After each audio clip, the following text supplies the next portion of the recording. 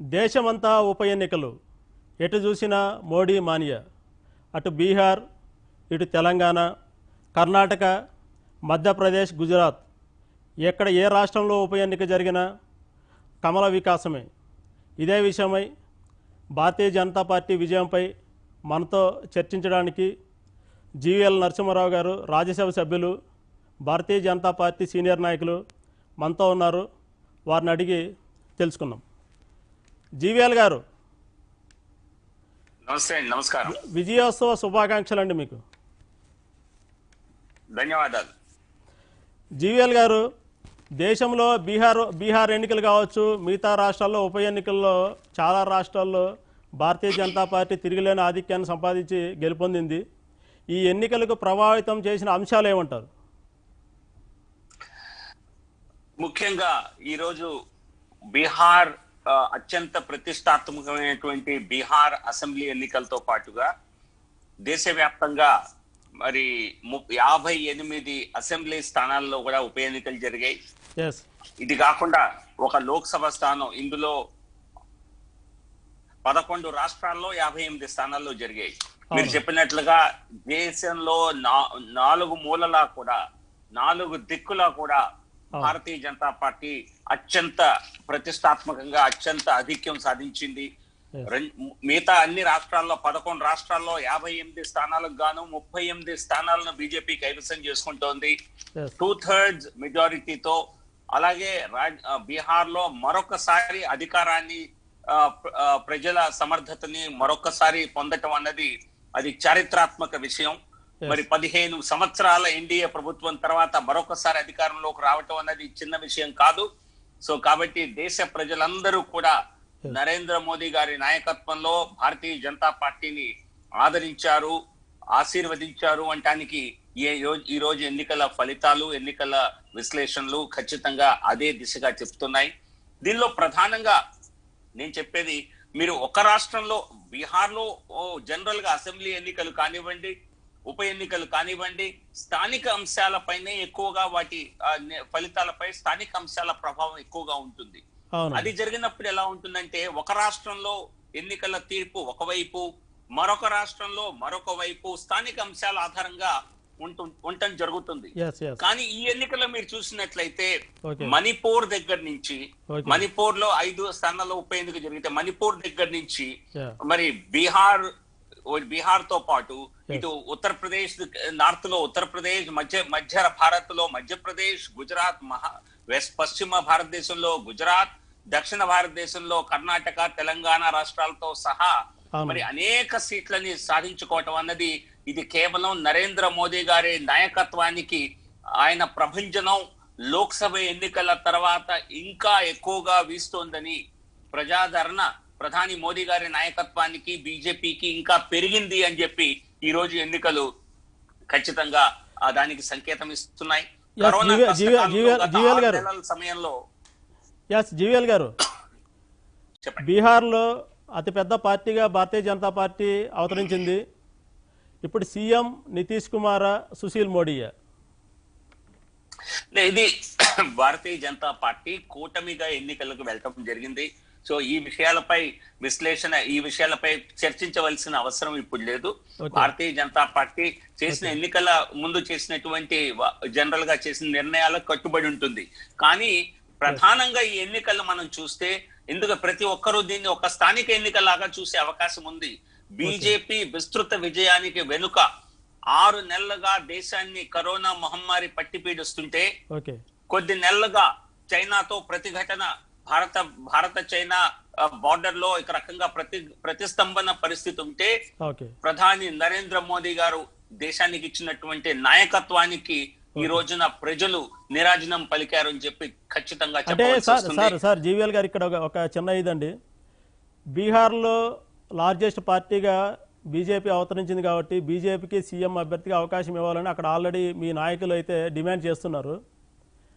దీన్ని జాతీయ స్థాయిలో కూడా బీజేపీ పార్టీ ఆలోచన చేస్తుందనే ఒక వార్తలు వెలువడుతున్నాయి. ఇది ఎంతవరకు నిజమంటారు? ఇది ఏమన్నా అవకాశం ఉండదు మార్పు? నా ఇది ఇది ఈ రోజు చర్చించవలసిన విషయం కాదు. ఇది గతంలోనే ఈ విషయం అయినా రాష్ట్ర స్థాయి నాయకులు డిసైడ్ చేసేటువంటి అంశం కాదు. ఇది కేంద్ర పార్టీ పాలసీ అనుగుణంగా చేసిన నిర్ణయం. సో కాబట్టి దానిపై రాజకీయ చర్చ చేసే ఆస్కారం గాని ఆ విషయాలపై మాట్లాడే అధికారం గాని నాకు లేవు. సో కాబట్టి దానిపై కాకుండా విశ్లేషణ వరకే చేయటం సబబని అనుకుంటున్నాను. ఓకే ఓకే ఓకే ఓకే ఈ బీహార్ ఎన్నికలు దేశవ్యాప్తంగా జరిగిన ఉప ఎన్నికల ప్రస్తుత పరిస్థితుల్లో కాంగ్రెస్ భవిష్యత్తు ఎలా ఉండబోతుందంటారు? చూడండి, కాంగ్రెస్ భవిష్యత్ ఎలా ఉండబోతుంది అన్నది తెలంగాణ ఉప ఎన్నికలోనే మీకు స్పష్టమవుతోంది. కర్ణాటక ఉప ఎన్నికల్లో స్పష్టమవుతోంది. అనేక రాష్ట్రాలు, ఈవెన్ బీహార్ లో కూడా మరి ఇచ్చిన సీట్లలో 4వ వంతు మాత్రమే కాంగ్రెస్ గెలుచుకోగలుగుతోంది బీహార్ లో. అలాగే అనేక రాష్ట్రాల్లో కాంగ్రెస్ పరిస్థితి మరింత లోక్సభ ఎన్నికల కంటే కూడా ఇంకా దిగజారింది. సో కాబట్టి తప్పనిసరిగా మోదీ గారి హవా ఎంత నడిచిందో ఎన్నికల్లో, ప్రపంచం ఎంత కొనసాగుతుందో, ఉధృతం అవుతుందో, ఆ రకంగా కాంగ్రెస్ రాహుల్ గాంధీ నాయకత్వానికి ఒక రకమైనటువంటి ప్రజల్లో వ్యతిరేక భావం ఈ ఎన్నికల్లో ప్రస్ఫుటంగా తెలుస్తోంది. మొన్నటి వరకు ఈ కరోనా నేపథ్యం కావచ్చు, చైనాతో ఘర్షణలు కావచ్చు, జాతీయ స్థాయిలో మోడీ చాలా ఏమి చేయలేదు, మోడీ ప్రభుత్వం ఏం చేయలేదని రాహుల్ గాంధీ, సోనియా గాంధీ, అక్కడున్న ఆర్జేడీ కానీ చాలా విమర్శలు చేశాయి.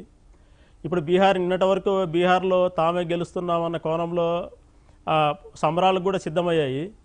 ఈ నేపథ్యం మీకు ఎక్కువగా ఈ గెలుపునకు దోహం చేసిన అంశాలు ఏమంటారు జాతీయ స్థాయి? ప్రధానంగా జాతీయ స్థాయిలో ప్రధానంగా దేశవ్యాప్తంగా ఒక ట్రెండ్ ఒకటి కనిపిస్తుంది అంటే మంచి నాయకత్వానికి, అలాగే అవినీతికి వ్యతిరేకంగా అవినీతి రహిత పాలన అందించే వారికి, ప్రజా అభివృద్ధి పట్ల శ్రద్ధ చూపించే నాయకులకి జనరల్ గా దేశవ్యాప్తంగా సమర్థన లభిస్తోంది.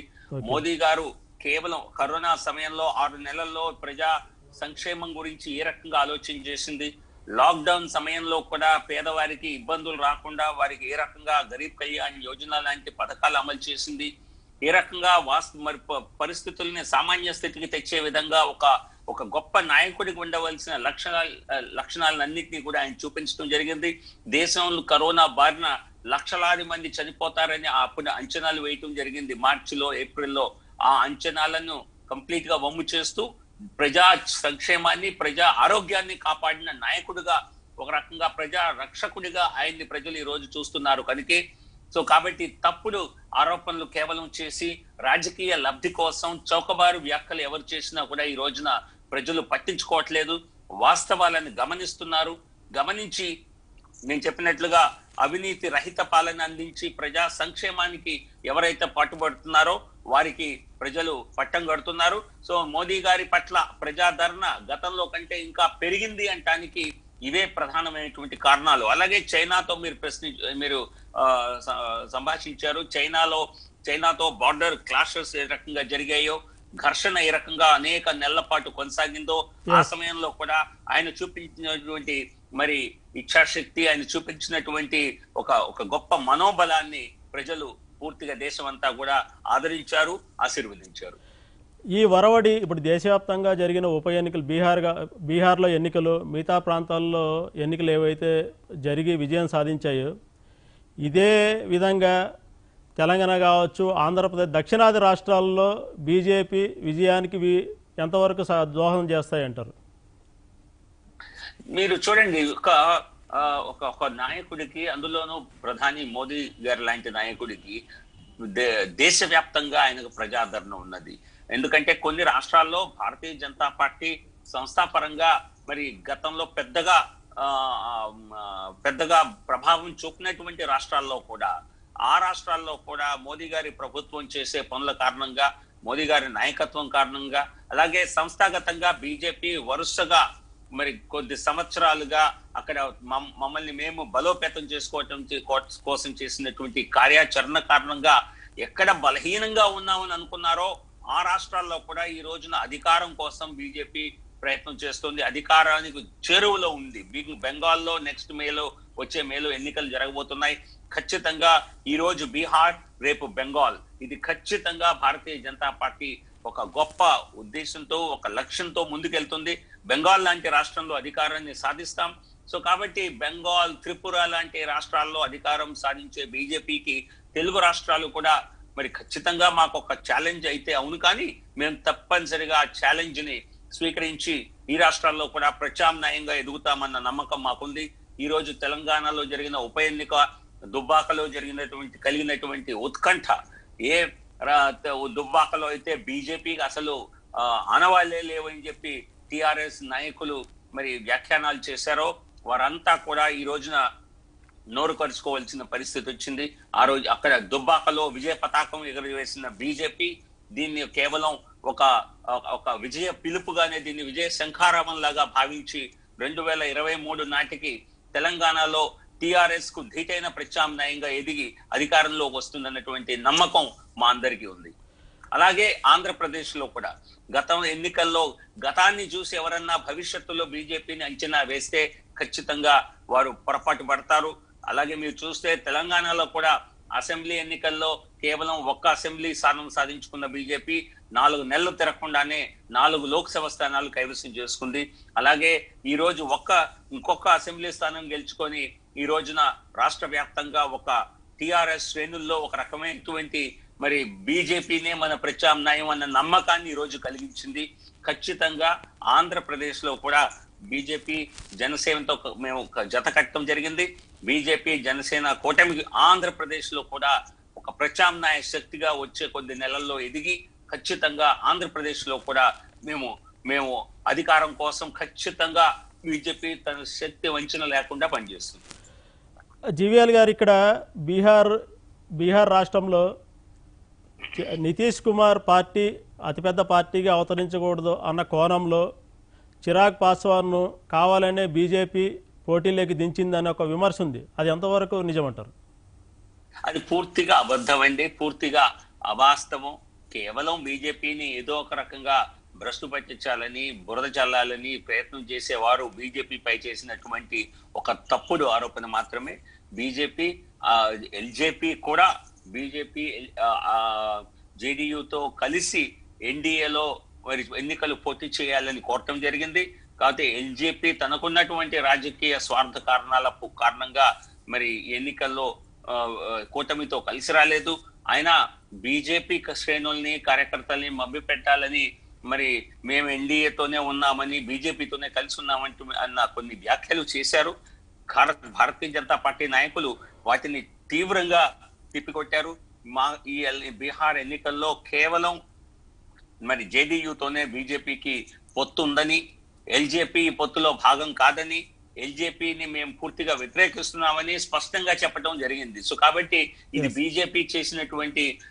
బీజేపీ కావాలని చేసినటువంటి చర్య అని ఎవరైతే చెప్తున్నారో వారు కేవలం మభ్యపెట్టే ప్రయత్నం మాత్రమే చేస్తున్నారు. సార్, ఇదే విధంగా రాహుల్ గాంధీ ఎన్నికల ప్రచారంలో ఒక విమర్శ చేశారు. ఈవీఎంలు కావవి మోడీ ఓటింగ్ మిషన్లని ఆయన ఒక వ్యాఖ్య చేశారు. ఈరోజు మళ్ళీ జాతీయ స్థాయి మళ్ళీ ఈవీఎంలు ట్యాంపరింగ్ జరిగిందన్న ఒక ఆరోపణ మళ్ళీ దేశవ్యాప్తంగా మళ్ళీ స్టార్ట్ అయింది.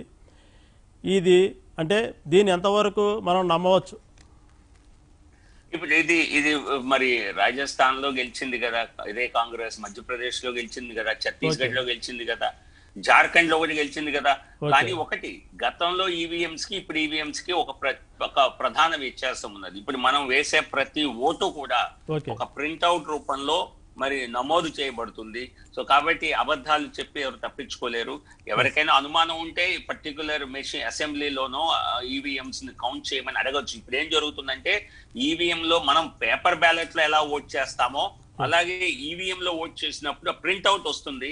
ఆ ప్రింట్అవుట్ మనం స్వయంగా గమనిస్తాము. అది కరెక్ట్ గా ఉందంటే, లేదంటే మనం కంప్లైంట్ చేస్తాం. అటువంటి కంప్లైంట్స్ ఏ రాష్ట్రంలోనూ ఎక్కడా రాలేదు. సో కాబట్టి ఇది కేవలం తమ ఓటమిని తప్పించుకోవటానికి కాంగ్రెస్ చేసేటువంటి ఒక ప్రయత్నంగానే ఖచ్చితంగా కనిపిస్తుంది. సార్, ఇప్పుడు మనం ఇక్కడ విజువల్ చూస్తున్నాము. దుబ్బాక ఎన్నికల తర్వాత పార్టీ శ్రేణులు అంటే కమల్నాథ్లు ఎక్కడ సంబరాలు చేసుకుంటున్నారు. ఇవే సంబరాలు ఆంధ్రప్రదేశ్లో కావచ్చు, తెలంగాణ కావచ్చు కొనసాగుతాయని నమ్మకం మీకుందా? ఖచ్చితంగా ఉన్నది. ఖచ్చితంగా బీజేపీ 2 తెలుగు రాష్ట్రాల్లోనూ ఒక ప్రత్యామ్నాయ శక్తిగా ఎదుగుతుందని ఈ రోజు కాదు, మేము ముందు నుంచి చెప్తున్నాం. మాలో ఖచ్చితమైనటువంటి ఆత్మవిశ్వాసం ఉన్నది. ఇది కేవలం ఆత్మవిశ్వాసమే కాదు, దీనికి తగ్గటువంటి కార్యాచరణ చేయవలసిన కృషి మేము చేస్తున్నాం. రానున్న కొద్ది నెలల్లో, సంవత్సరాల్లో కూడా ఖచ్చితంగా అటువంటి కృషి చేస్తాము. మా కేంద్ర నాయకత్వం కూడా 2 తెలుగు రాష్ట్రాల్లో బీజేపీ నిర్ణాయక శక్తిగా ఎదగాలి అని మా జాతీయ నాయకత్వం మాకు ఖచ్చితమైనటువంటి దిశానిర్దేశం చేయటం జరిగింది.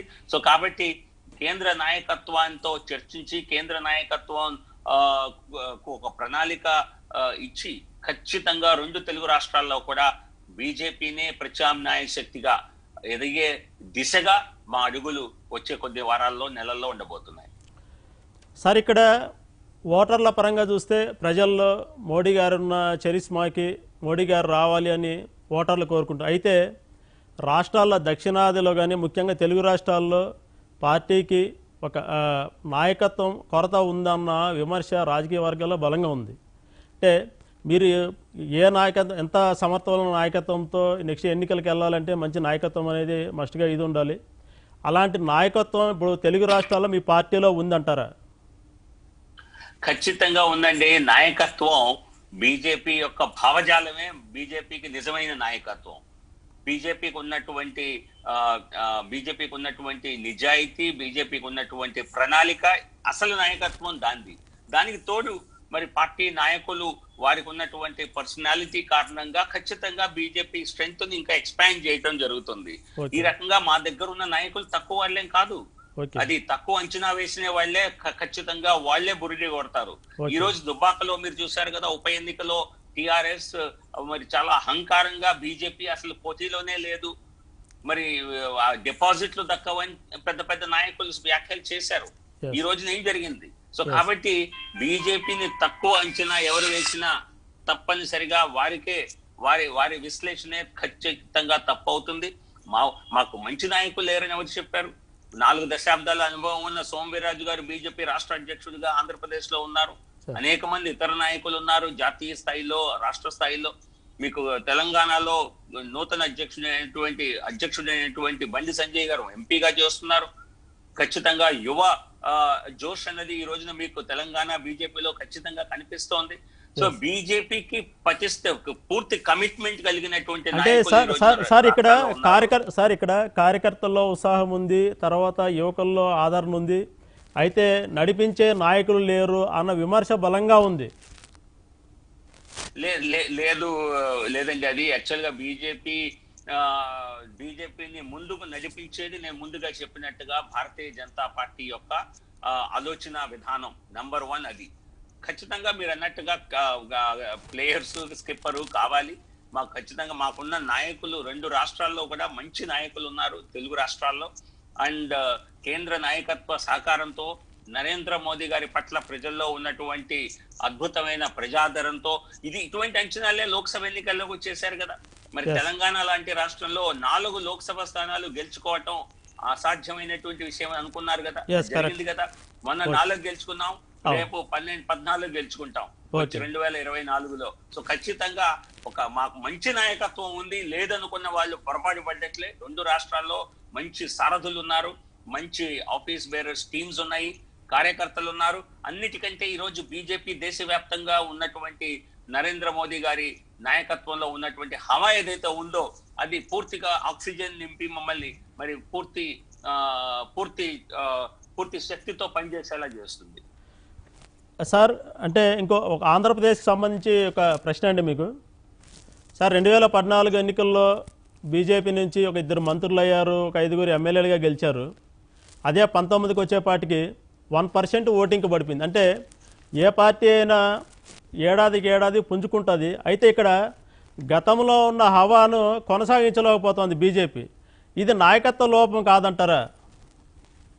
కాదు, అది ఖచ్చితంగా 2019లో వచ్చినటువంటి ఎలక్షన్ రిజల్ట్ ఏదైతే ఉందో అది ఒక రకమైనటువంటి అబరేషన్ గా చెప్పక తప్పదు. అది నార్మల్ ట్రెండ్ లో వచ్చింది కాదు. మీరు చూస్తే బీజేపీ హవా ఇటు తెలంగాణలో నడిచింది, అటు ఒడిస్సాలో నడిచింది, పక్కనున్న కర్ణాటకలో నడిచింది. మరి ఆంధ్రలో ఎందుకు నడవలేదు? దానికి ఖచ్చితమైనటువంటి కొన్ని పరిస్థితులు ఆ రోజు కారణమయ్యాయి. ఆ పరిస్థితుల్ని ఖచ్చితంగా దూరం చేసే దిశగా మేము గత సంవత్సరంగా కష్టపడి పనిచేశాము. దానికి తగ్గట్టుగా మోడీ గారి ప్రభుత్వానికి ఉన్నటువంటి ప్రజాదరణ, ఎవరైతే మాకు ఓట్ చేయలేదో వాళ్ళలో కూడా చాలా మందిలో రియలైజేషన్ ఉన్నది. బీజేపీ పైన మరి బురద జల్లే రాజకీయాలు, దుష్ప్రచారం జరిగిందని, మరలా అటువంటి దుష్ప్రచారం మాపై చేసేటువంటి ఆస్కారం కానీ, అది చేస్తే ప్రజలు నమ్మే పరిస్థితి కానీ ఆంధ్రప్రదేశ్ లో లేదు. Thank you sir. Thank you అండి, నమస్తే. ఇది దేశవ్యాప్తంగా ఈరోజు జరిగిన బీహార్ ఎన్నికలు కావచ్చు, ఉప ఎన్నికల మీద భారతీయ జనతా పార్టీ సీనియర్ నాయకులు, రాజ్యసభ్యులు జీవీఎల్ నరసింహారావు గారి విశ్లేషణ. నమస్తే. భారత్ టుడే, దేశం కోసం ధర్మం కోసం.